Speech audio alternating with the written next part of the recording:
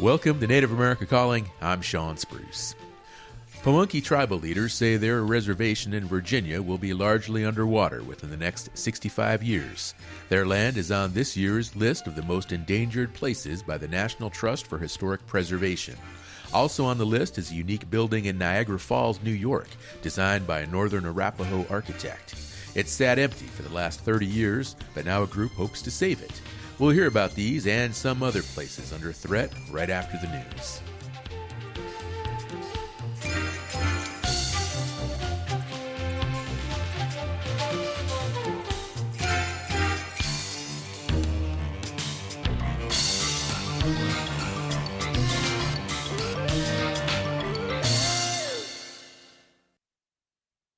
This is National Native News. I'm Antonia Gonzalez. The Arctic continues to warm faster than other parts of the world and is experiencing record high temperatures and record low levels of sea ice.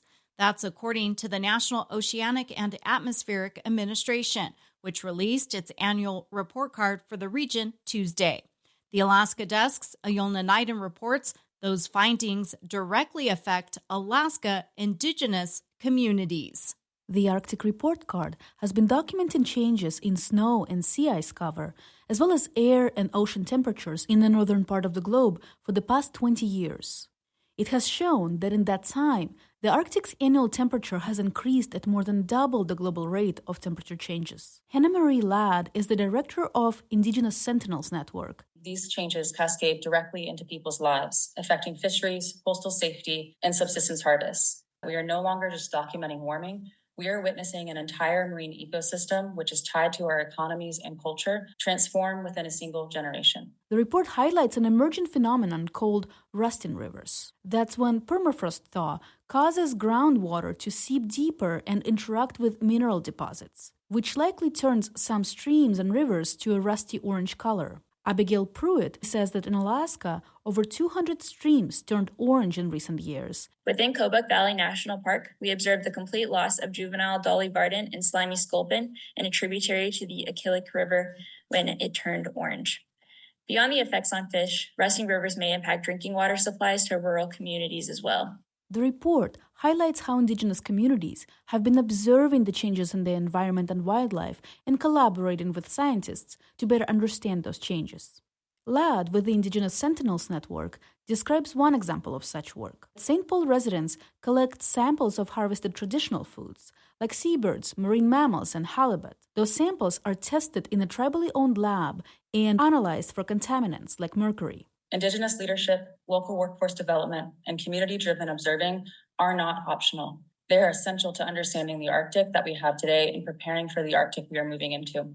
In response to a question about how federal cuts to climate science might affect the future of the Arctic Report Card, NOAA officials said that they will continue their efforts to observe the changing environment. In Anchorage, I'm Ayolna Neiden. 2 tribal communities in New Mexico will be receiving state grants for high-speed internet development. KUNM's Jeanette Didios has more. Santa Clara Pueblo and the Fort Sill Apache Tribe will each receive a planning grant of $100,000 through the New Mexico Grant Writing, Engineering, and Planning Program. In a release, the state's Broadband Policy and Programs Bureau Chief Andrew Wilder said the funding will help start important projects in tribal regions that lack high-speed internet. Santa Clara will use its grant to build fiber lines connecting homes and provide Wi-Fi service. Fort Sill plans to create a high-speed broadband network connecting unserved homes. The tribe has already secured $500,000 in infrastructure funding for fiber, equipment, and trenching. The state's Office of Broadband has already issued 36 awards totaling $3.5 million to 17 tribal communities, 15 local governments, and 4 rural electric and telephone businesses. The Broadband Office stated that $1.5 million are still available in planning grants. The awards are assistance-based, not merit-based, so entities do not compete for funding. No matching funds are required. For National Native News, I'm Jeanette Didios. And I'm Antonia Gonzalez.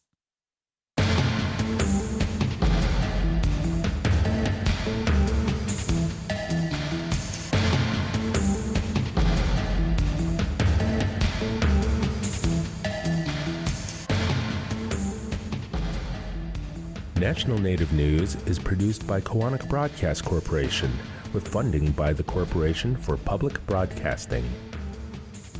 The Indian Arts and Crafts Board promotes Indian artists of federally recognized tribes through its online source directory. Information on this no-charge opportunity available at doi.gov/IACB, who support this program. Support by Sonosky Chambers Law, championing tribal sovereignty and Native American rights since 1976, from opioids litigation to treaty rights to tribal self-governance, with offices in Washington, D.C., New Mexico, California, and Alaska. Sonosky Chambers Law.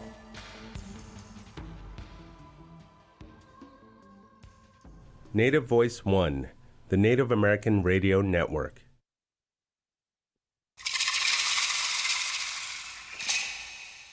This is Native America Calling. I'm Sean Spruce. A Native grassroots group is working to save an iconic building in Niagara Falls, New York. The building, known as the Turtle, was designed by a noted Northern Arapaho architect who incorporated a distinctive turtle-shaped design. It has been vacant for 30 years and needs extensive repairs.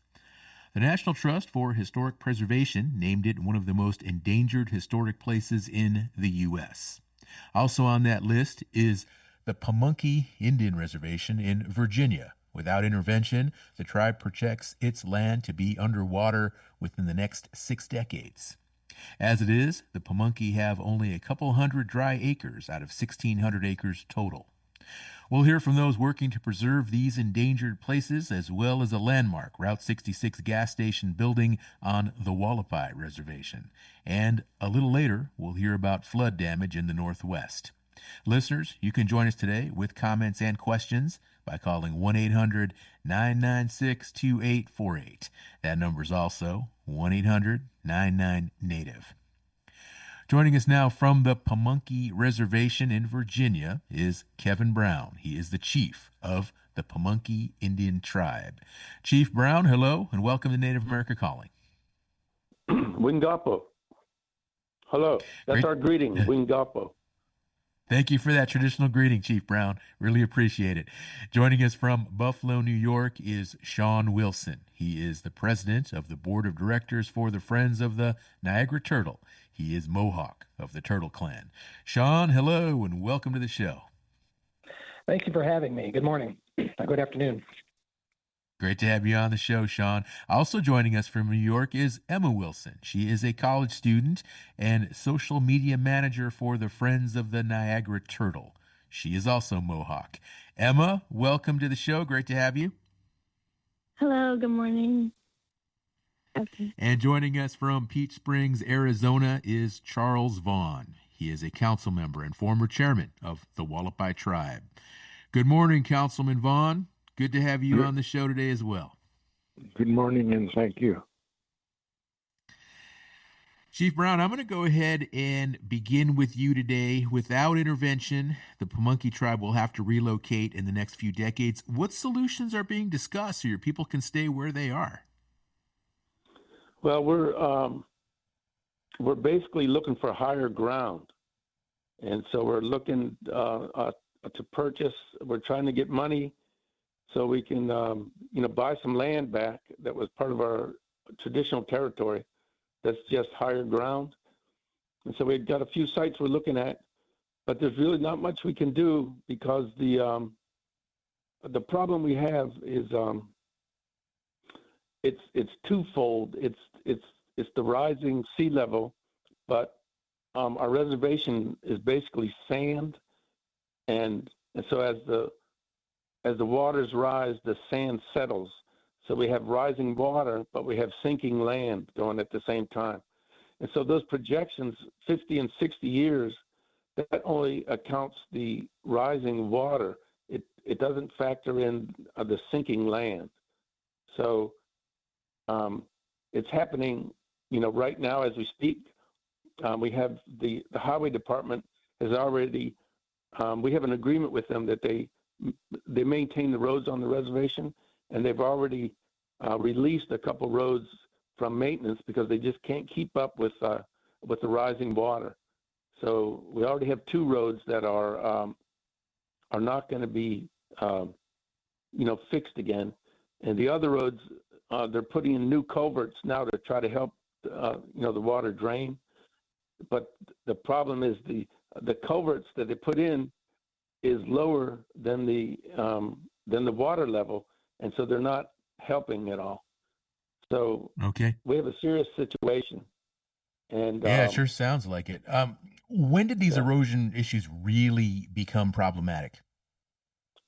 Well, it's been going on gradually, but we've noticed it in about the last 8 or 10 years. It's gotten dramatically worse, and so the past 8 or 10 years it's been really bad. And the past 2 years now, recently, have gotten real bad again. And we have a farmer, we have farmland, and we rent the land out, but the farmer can't farm some of the land now because there's standing water in some of our fields, so he has to go around the standing water. And so we're losing, farming acreage, and it's in little places here and there. And we have some high areas, but the roads, you won't be able to get in here in a few years, to access. And so it will have to be accessed by boat. And so about 2/3 of the homes will be underwater, about 1/3 will be above water, but you have to access them by boat. We won't be able to get in here with roads. So we're trying to secure this land so we can have an exodus from here, because if we don't, we're just going to drown. I mean, there's nothing we can do. There's nothing any seawalls can do. There's nothing the highway department can do. There's just nothing that can be done. It's just going back to the river. Mm-hmm. Chief Brown, I'm really interested to hear what your tribal members are saying, and what do you see as the cultural loss for a relocation of this magnitude in the future? Oh yeah, well, some tribal members are in denial. They don't believe in all this climate change talk so much, even though you just look out your front door and you can see water standing in the fields. But we have a long list of people who want to move back to the reservation, but we had to we have to deny people now because we can't bring any more people into this situation. So some people get it, some people don't, and some people we have a lot of elders, and they say, well, I won't be here in 50 years or 60 years, so I'm not going to worry about it. So it's mostly just the younger people that are concerned with it. In this area where you are planning on moving to, tell us more about the historical significance of this area. Yeah, well, we had a large territory prior to contact with the English, and so we had 3 counties that was our traditional territory. So actually, any place we go within those 3 counties, it'll be we'll have historic. We'll have a historic connection to that site. And this one particular site we're looking at was actually one of our important villages that was well documented with the English, and we signed a treaty there, and it's called Matchcott. And so somehow this place was never developed. It's just woodlands, and it's a peninsula, and it's surrounded on 3 sides by water. But it's on the other river. It's on the Mattaponi River. And we're on the Pamunkey, but the Pamunkey and Mattaponi come together and make the York River. And this village, Matchcott, is right there where the 2 rivers come together. So, when we move there, or, if we can get the place, when we move there, we'll just be moving back home. So it's not like we're, moving to another territory. Mm-hmm. Now, we mentioned, of course, at the beginning of the show, the reservation is on the list of the most endangered places in the country. This new list came out this year. What will that national recognition of the issue mean for your people? Well, it's come out, and and we're trying to kind of strike while the iron's hot, and we're, in the process of writing grants to try to help, with some of the costs of land acquisition and development. And we have a housing director that's working with HUD. We're trying to identify some grants, Indian housing grants, that we can, use to develop this new place for us. And plus, we're going to have to put it into federal trust. So we have to go through that process of land into trust. And so we have attorneys working on that. We're gearing up to do this, but the clock is ticking on us. And, hopefully we can work with, with the Bureau of Indian Affairs and the governor's office here in Virginia, and hopefully they can assist us with some of this. And in the meantime, what are you folks doing to maintain your lifestyle, and when do you anticipate this relocation process to begin? Well, what we're doing, we have to kind of, change things a little bit. The high tides are, eating away at our river shore, pretty bad. So we don't have it, we don't use it for recreation as much as we used to. The high tides are washing our piers away and, give us a hard time like that. So we're not using it for recreation as much. And we're planning on, within the next 10 years, of hopefully, making a gradual exodus from here and start allotting land on the new reservation to anyone who wants to leave here, and then any other tribal members who want to come back. So I guess within the next 10 years, we'll be packing up and starting to get out of here. Chief Kevin Brown of the Pamunkey Indian Tribe in Virginia, kicking off our conversation here today on Native America Calling. We were talking about spaces, native spaces that have been named to the National Trust for Historic Preservation as endangered, most endangered, in fact, historic places. And the Pamunkey Indian Reservation in Virginia is just one of those spaces. And we're going to talk more with other folks on the show today from other parts of Native America about this issue. Stay with us, and we'll be right back after the other side of this break. And you can join the conversation as well, 1-800-99-NATIVE.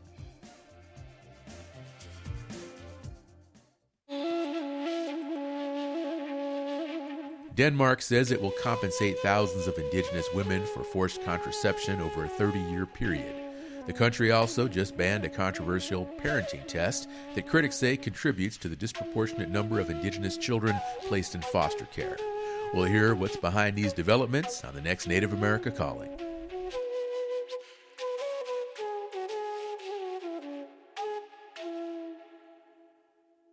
Repatriation is the return of ancestors and stolen culture. The Association on American Indian Affairs is hosting the 11th annual Repatriation Conference, Feeding the Fire, Advancing the Movement, in February 2026.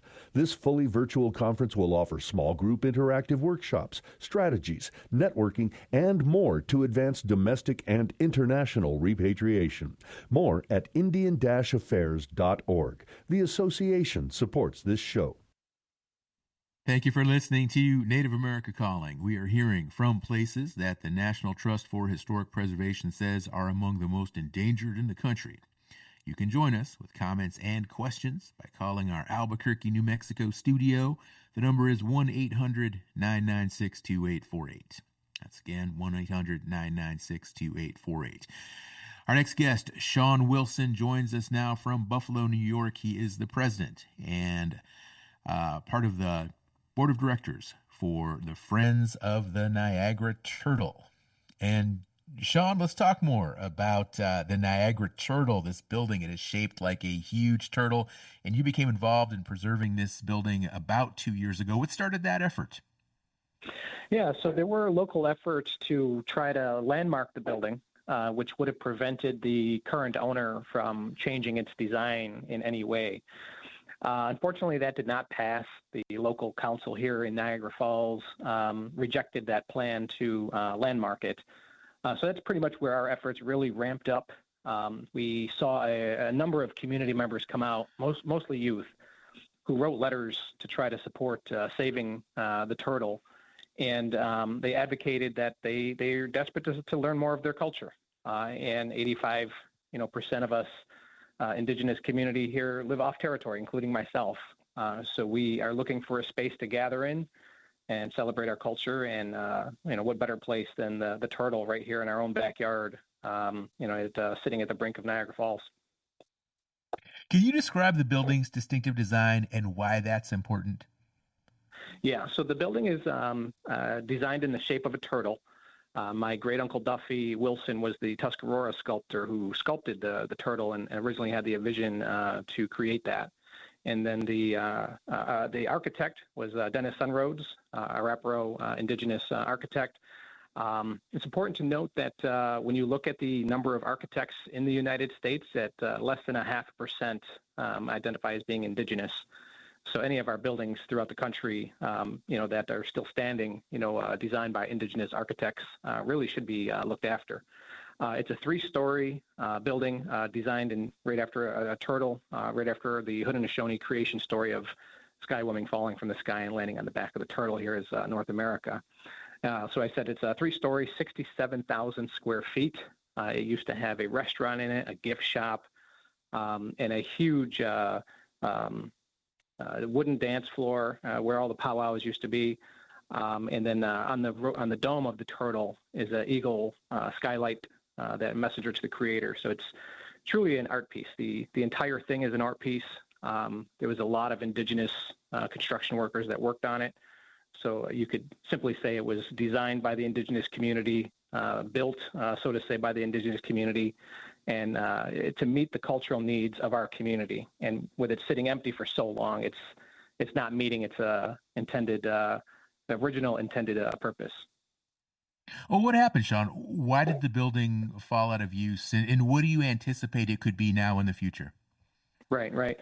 So there was most of their funding came from grants, and sadly there was a political shift in the early 90s, and a lot of their funding was cut, which led to some of the artwork being seized. There were reports of rider trucks, pulling up to the front, and some of the artifacts getting hauled off to satisfy debts. And it's sad when you look at that, because that stuff was supposed to be here to teach today's generations and the future generations. We're kind of like, where did the artifacts go and what happened to them? But we would love to see it reopened. Right now, it's currently owned by a real estate development company that's just been sitting on it for 30 years. So to the best of our knowledge, they have no intent to reopen it because they did put a permit in a number of years back to basically tear it down and put a high-rise hotel there. In that area of Niagara Falls, you can only go 5 stories high. Turtle's already 3, so that owner wanted to tear it down and put like a 15-story high-rise in its place. So it's kind of like it's lost its vibrant color through the years, and now it's whitewashed. If you drive by it today, you will not see the vibrant colors of its original design. So we believe it's like that on purpose, to let it fade away, and the community slowly forgets that we were here. But we like to remind folks that not only were we here, this is New York State, our homeland, this is our ancestral homeland, but we're still here. And the thing that we're lacking is just a space to gather in. So I often tell people, we're just a few weeks back from Orange Shirt Day, where we acknowledged everything that our communities lost through the boarding schools. So a lot of us with Friends of the Niagara Turtle look at this as an opportunity to right a wrong. If that building were reopened, today's generation and future generations could be relearning the very culture that was forcibly removed from our elders and ancestors inside a reawakened turtle. Well, let's talk now with Emma Wilson. She created the website, which NiagaraTurtle.org. That's the website she created. And she's also the daughter of Sean Wilson. She's a college student. And Emma, how did you first learn about the turtle, and what was your first exposure to the building? I first learned more about it and what it is about a little more than 2 years ago. And I really got into it because at first knowing of it, I was really shocked that it was just kind of like empty sitting there. This is like the potential that like happened within it in the 15 years that it was opened. I was just like, wait, what? And so that's the kind of like message like that I try to put out there when I do advocacy work for the turtle.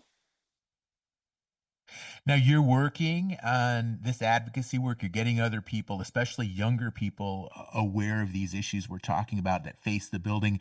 What are you hearing from other people about the importance of this building?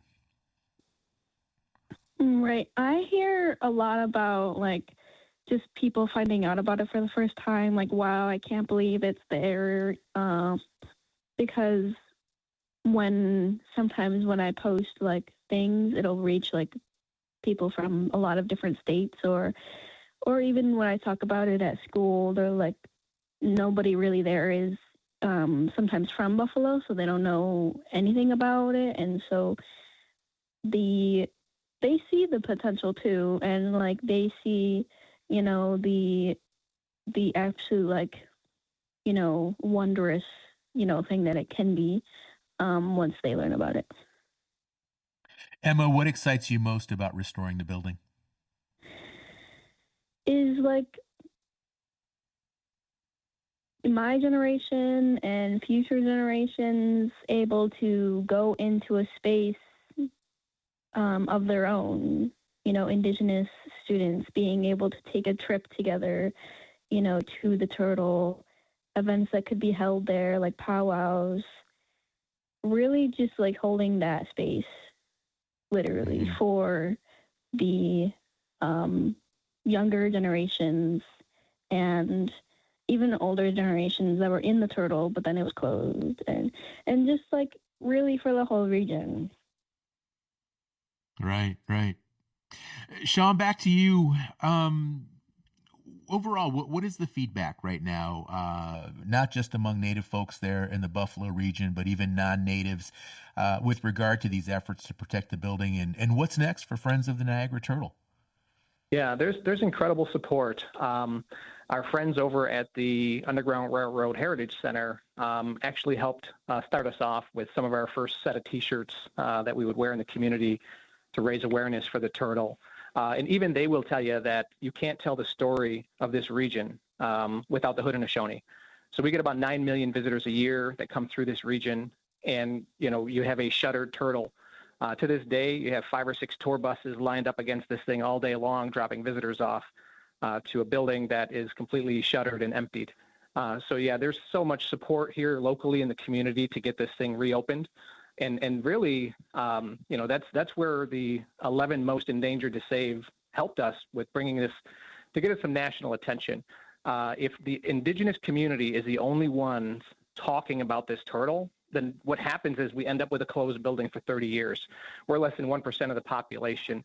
So we're looking for the larger community to come in and stand alongside us as allies to say they have a point, they're right. What can be done to get this building reopened, for today's generations and those to come, and let's start chatting about it. So, we're always anxious to help spread the message of the turtle. 30 years, turtles are not supposed to hibernate for 30 years, so it's time to wake this thing up for our culture. That's very true. And Sean, this intention at one point to demolish the structure, is that still possibly a risk that the building could be demolished? It could be. I think the only thing holding it up from getting demolished from the current owner is the cost. This is a 3-story building with a full basement that's full concrete. So I've heard rough estimates of $1 million just to clear the site. So I think that, there's room for philanthropy on this current owner if they want to either donate it back to the Indigenous community or at least make it affordable, to us to acquire. Because we keep telling folks that we're here and our ancestors somehow found a way to put this building here right in Niagara Falls. And, we're looking for today's generation to come together and stand up and say, no, we would like this thing reopened for today's generation. As you mentioned earlier, the late Native American architect Dennis Sun Rhodes designed the building. What more do you know, or can you tell us about his intent for that design? Yeah, so the building itself, it was at the time when it was built, there was reputable architecture magazines in the United States that refused to even carry it because they thought it was nonsense for someone to build a building in the shape of an animal. But what they're not realizing is it's like a postmodern design, and it doesn't look like the square boxes next to it on purpose because it's designed after our Haudenosaunee creation story.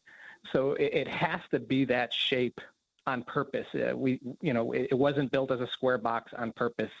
And, I think that's what makes it so unique is its actual shape. Sean Wilson and Emma Wilson, both with Friends of the Niagara Turtle, bringing us up to date on the future of this building in New York, shaped just like a giant turtle, 3 stories high, 67,000 square feet, an amazing structure. Listeners, you can join this conversation, 1-800-996-2848. Let us know your thoughts with regard to these most endangered places in the country, Native American spaces. What's your perspective? What are your thoughts? Or if you have questions, you can ask those too. 1-800-99-NATIVE. Let's head west now to Peach Springs, Arizona, where we have Charles Vaughn on the line. He is a former chairman of the Wallapai tribe, now a councilman. And Councilman Vaughn, the Osterman gas station there in Peach Springs was built about 100 years ago in the 1920s. It is another historically significant building that has been listed as in danger of being lost forever. Why did the tribe buy this building? We had it leased to the individuals that operated it, and I know it as the Buyers Shell Station rather than the Osterman. It's been, to me, it's been the Buyers Shell Station for a lifetime. I worked in it as an attendant during my teenage years here in Peach Springs. So it's been significant in that it was one of the larger buildings, and it served as a gas station for a number of years. Tell me more about how you remember it as a child. What did people do there traditionally? What kinds of events or gatherings took place? It wasn't really an event center, so to speak. People gathered there from the community to visit one another. If they had a vehicle in for repairs, they'd sit outside the garage and just visit with one another. If you wanted soda pop or candy, you would find it there at the gas station. Now, this was the historic Route 66, which ultimately was replaced by Interstate 40. And as I understand it, Interstate 40 had veered around Peach Springs, so that kind of made the station less popular, was it? Well, we lost a lot of the traffic that was going east and west on Route 66. The station itself sits right on Route 66. So people traveling through would pull in there to get gas and take a break from driving the road. They'd visit and ask questions about the community and so on and so forth. And you even worked there as a young man at what point? What was that experience like? It was interesting. I'd pump gas and wash windshields, check oil, and just answer questions that the tourists had about the station and the people that lived in the community. And now the plan is to reopen it, to restore it. Tell me more about that vision. It's more of a plan to restore it. The tribe hasn't really determined what they're going to open there, rather than be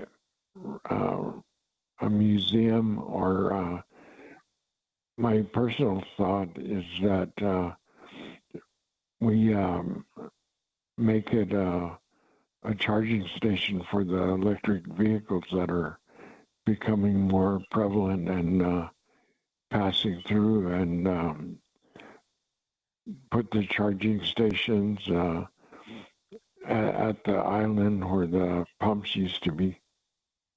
But that's just a personal idea. Yeah. That's a really cool idea. Well, we're going to take a short break. We'll come back and we will continue this conversation here on Native America Calling. And we have listeners in Peach Springs, Arizona, in that area, Wallapai Reservation. Give us a call. Let us know what you remember about this gas station, the Osterman gas station, or Byers, as we've heard it's also been referred to.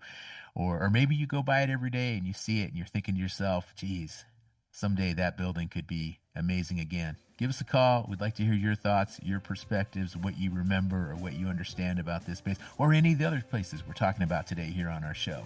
Just call 1-800-996-2848.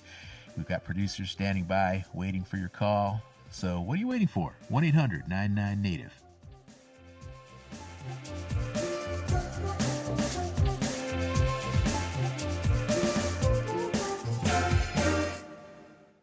Support from Clarkson Potter, publisher of Turtle Island, Foods and Traditions of the Indigenous Peoples of North America by Native American chef Sean Sherman. With ancestral and modern recipes, this cookbook showcases diverse foodways of the continent's regions. Need help identifying community priorities? Kaufman & Associates' approach to evaluation is rooted in Indigenous knowledge, honoring tribal history, and sovereignty. More at KaufmanInc.com, KAUFFMANINC.com. You are listening to Native America Calling. We're hearing about efforts to preserve places that are architecturally or culturally important, under threat from development and natural forces. Listeners can join this conversation at 1-800-996-2848. Once again, 1-800-996-2848. We have Councilman Charles Vaughn on the line right now with the Wallapai tribe in Peach Springs, Arizona. And Councilman, tell us more about the current state of the building right now in terms of the condition it's in and what all it's going to take to restore it to its original glory. We recently had a microburst here, and it took down the eastern wall of the Shell station. That's been repaired, and repairs are continuing on it. What's being restored presently is the exterior of the building. It had cement block walls, and that's been rebuilt, cinder block rather. So that's been all restored, and work is continuing. It will be finalized, and the building itself will be restored like it was when I was a teenager. Why do you think so many Wallapai tribal members remember this place so fondly? I mean, some might say, well, it's not necessarily a culturally important place like another place might be, but it's more of a sentimental or nostalgic type of value people place. Right. If members were traveling, and during that time, few people could afford to purchase a vehicle. So if they were going somewhere, it was a place to catch either the Continental Trailways or Greyhound buses that passed through. It had a flag that you'd put up to let the bus know that there was passengers there to pick up. And as a gathering site, for a number of years, it had the only telephone in Peach Springs, so people would go there to use the phone. Sean Wilson, I'd like to bring you back into the conversation because what do you want people to understand, especially our listeners? I mean, these buildings, obviously beautiful buildings, historic buildings, lots of people who really value them and remember them fondly. But what does it take ultimately? I mean, to bring a building back, in this case, a building 100 years old, or even a building 30 years old, the enormity of a project like that must be pretty intimidating at times. Yeah, it sure is. We have a good board building out. So, for example, we have an architect on there and just folks from all over to bring a different skill set. So we know that it's going to take many people sitting at the table to make this happen, but we're at least headed in that direction. And when you look at, I look at the incredible opportunity. I know your show is more out west, and we're over here on the East Coast, but you will not find a tribal college in New York State or any of the original 13 colonies. And what we've seen with the boarding schools is there was really no plan to educate the descendants of the indigenous communities, other than to assimilate them into the culture that we're in now. So there's an opportunity not to put this as a tribal college, but definitely an opportunity, for indigenous communities to come back and learn their culture inside a reawakened turtle. So it's going to need a lot of work. Where the heating and air conditioning sits, there's a 20-year tree growing out of it. So there's severe neglect on the building. In the summer, we can actually see bushes growing from the roof, and sometimes we chuckle at that because it kind of, gives us a little glimpse of the actual, creation story of, Sky Woman dancing on the back of the turtle, and then Earth starts to grow. So now you have vegetation actually growing on the roof of the turtle as it's sitting there in neglect. So yeah, there's a lot of work to bring that back up, but we're confident that we can get it done. Mm-hmm. And what are you hearing from potential donors or other organizations that might support this project? What excites them about it? Yeah, so it's truly a unique, one-of-a-kind building, and I think that's what excites people for it. And we just truly lack the space, to have something like that open in our community.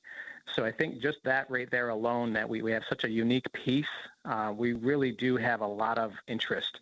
It's been covered on the news here locally in this region. And when it was opened in 1981, it was the largest indigenous cultural center in the eastern United States.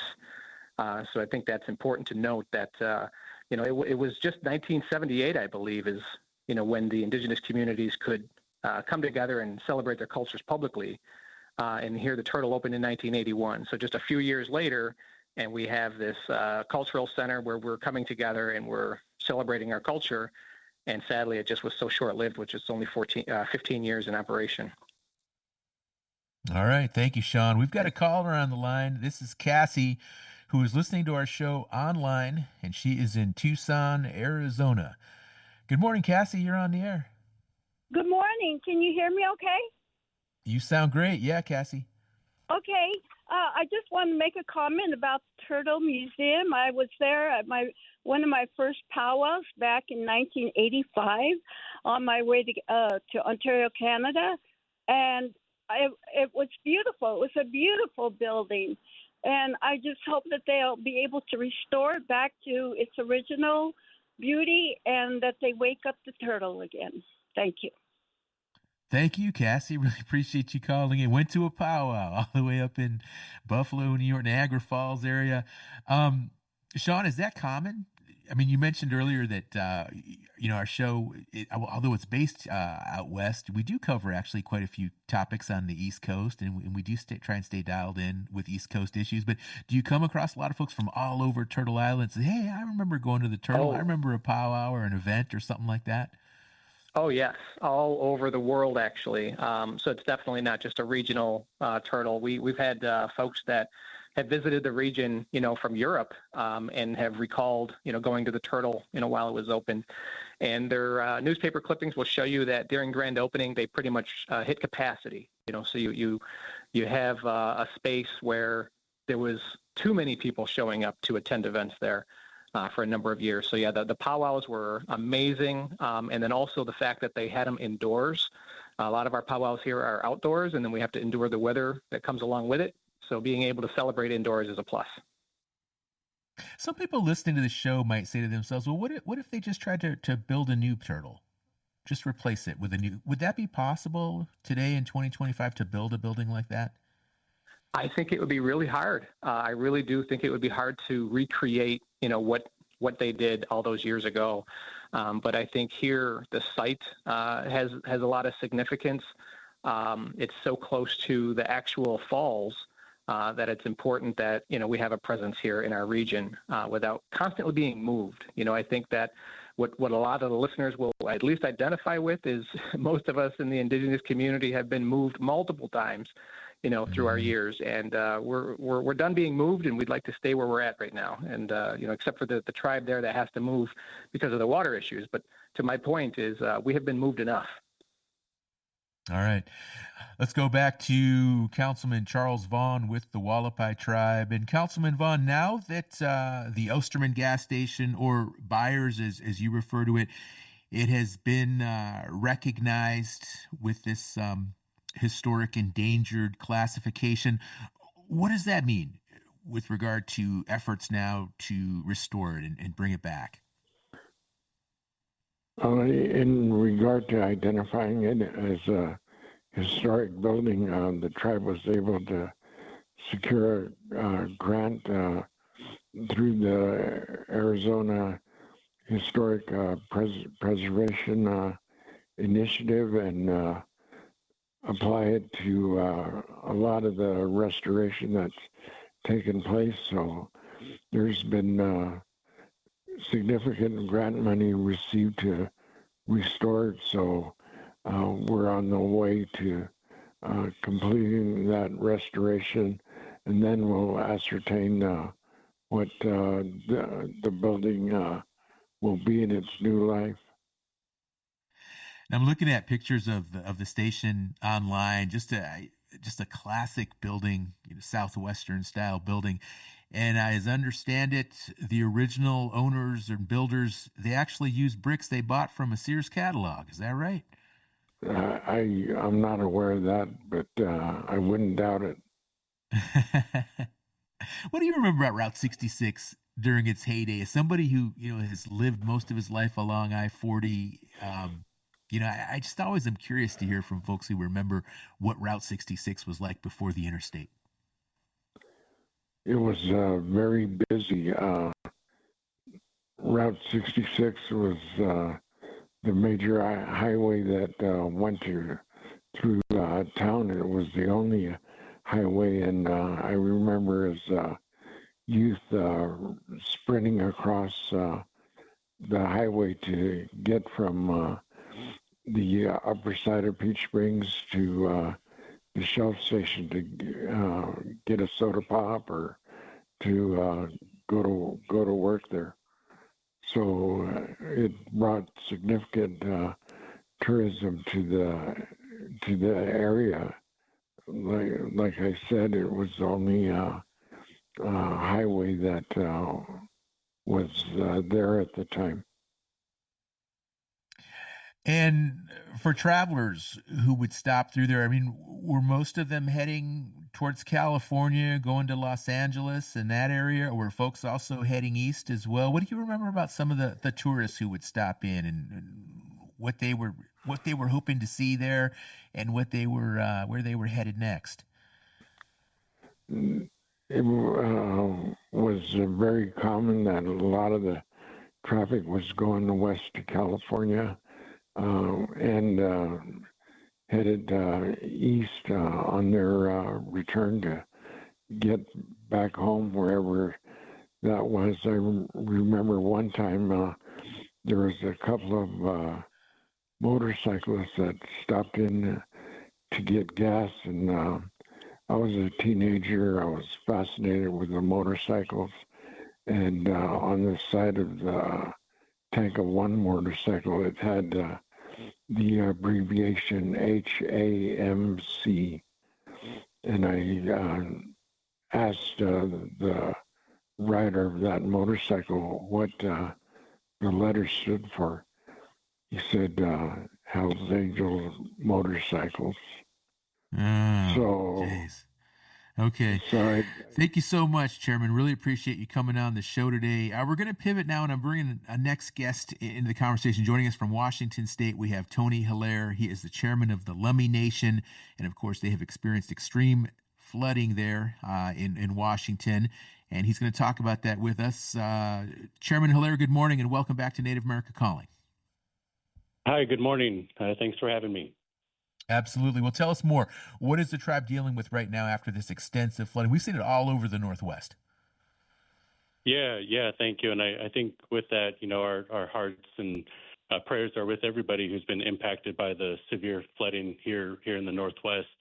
A lot of communities were hit pretty hard, and for us at Lummi Nation, we had some families displaced and trying to do everything we can to take care of them, and also ensuring that we have primary access road for emergency services and services to our people and our vulnerable population. At Lummi Nation, we're on a peninsula. We're surrounded by water, and there's one road that goes around our reservation. And so when severe flooding happens like this, it sometimes turns us into an island, and that's a great cause for concern when we're talking about the lives of all the residents that live here. And so right now, there is one access point onto the reservation, so we're okay in getting there. It just takes a great amount of time to get from there to the rest of the world, and if somebody needs to go to the hospital, or if there's an emergency response that happens, it can be very strenuous to be able to take care of them. Right now, we're okay. We're doing a lot better than some of the surrounding communities, but we're still addressing it and making sure that it's a serious issue that we're going to address collectively and also here at Lummi Nation. Lummi Nation is prone to flooding. What is different about this year? So we're prone to flooding. Yes. What's different about this year is it didn't get as worse as it did 4 years ago. In 2021, we had the same issue with severe flooding, high tides, and atmospheric river. And our river that goes through our reservation and into Bellingham Bay, there's levees that are around it to secure the river. And 4 years ago, that levee broke. And so this year it didn't break, but we're constantly monitoring it to make sure that it's okay. And it finally receded enough for us to start analyzing and see if there's been any damage done to the levee. But even right now, a new storm has just hit us, a rainstorm here in the Northwest, and we're already experiencing a rise in the river and the water that's already there from the last couple of weeks. Okay, and everybody's safe? Everybody have what they need right now? For the most part. I mean, I mentioned earlier we do have some families that have been displaced, but we're doing everything we can to take care of them and make sure that they have a shelter and are taken care of. And we're just preparing for the worst. If it gets any worse, then we'll have to go back to the same type of response that we did a few years ago. I mean, we boated in our doctors, our emergency services. We boated in groceries to be able to take care of our families and vulnerable population. And so we're just getting ready. And with that comes the need for lobbying efforts to raise some of the roads that go onto our reservation. So we have to deal with this every couple of years. And so we're making a big push for that as well. All right. Chairman Tony Hilaire, thank you so much for updating our listeners here today on Native America Calling. We are out of time, so we're going to have to wrap up the conversation, but please join us again tomorrow when we look at what's behind recent efforts by Denmark to build a better relationship with the indigenous population of Greenland. I'm Sean Spruce. Enjoy the rest of your day. Every family caregiver could use help finding the necessary resources to care for their loved one. The AARP Family Caregiver Resource Guide helps family caregivers access key programs, services, and agencies in their communities. A copy of the guide is available by calling 877-333-5885 or online at aarp.org/caregiverresources. AARP supports this show. Support by the American Indian College Fund. The American Indian College Fund provides millions of dollars of scholarships to thousands of Native students every year. Tribal citizens of every age and experience are eligible. The deadline for applications is May 31st, and you can find everything you need to apply at collegefund.org. That's collegefund.org or by phone at 800-766-FUND. Education is the answer.